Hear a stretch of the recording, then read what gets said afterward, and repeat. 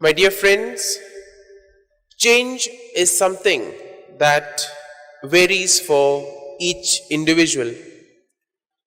Some willingly welcome change, whereas for others, change comes with a lot of distress, with a lot of anxiety. But we see that when we give of ourselves, when we surrender ourselves to the Lord, we are able to be more comfortable with change in our lives.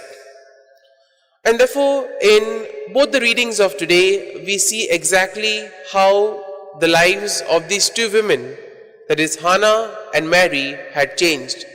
And we see how they have responded to change in their lives. In the first reading, we see Hannah's heart is filled with gratitude.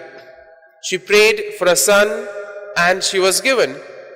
And then, in keeping with the promises, she goes and dedicates him to the Lord.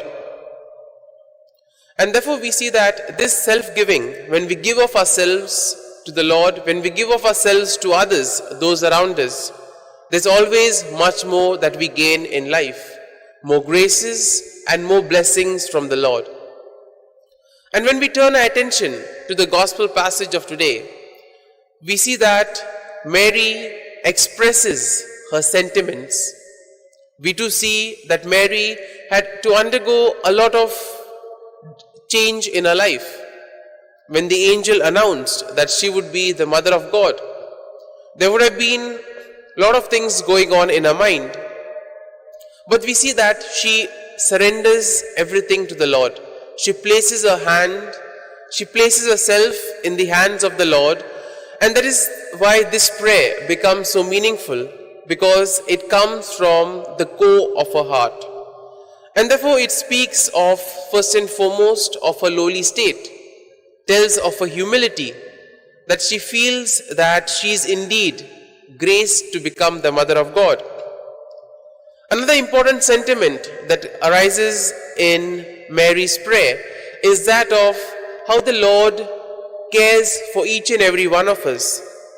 As it is said, He puts down the mighty from their thrones and has exalted those of low degree.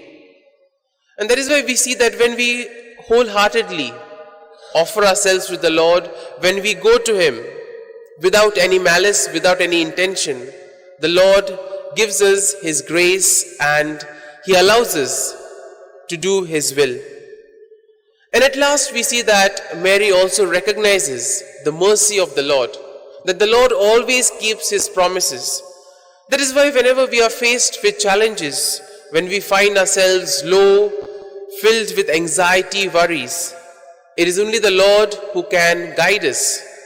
It is only the Lord who has mercy on us and who gives us the grace to deal with all these challenges in life. And towards the end, we are told that Mary remained with Elizabeth for 3 months and then returned to her home.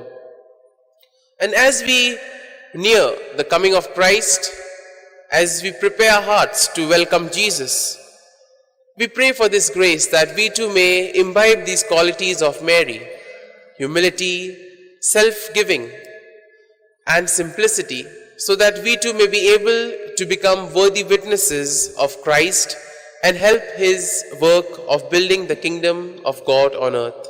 Amen.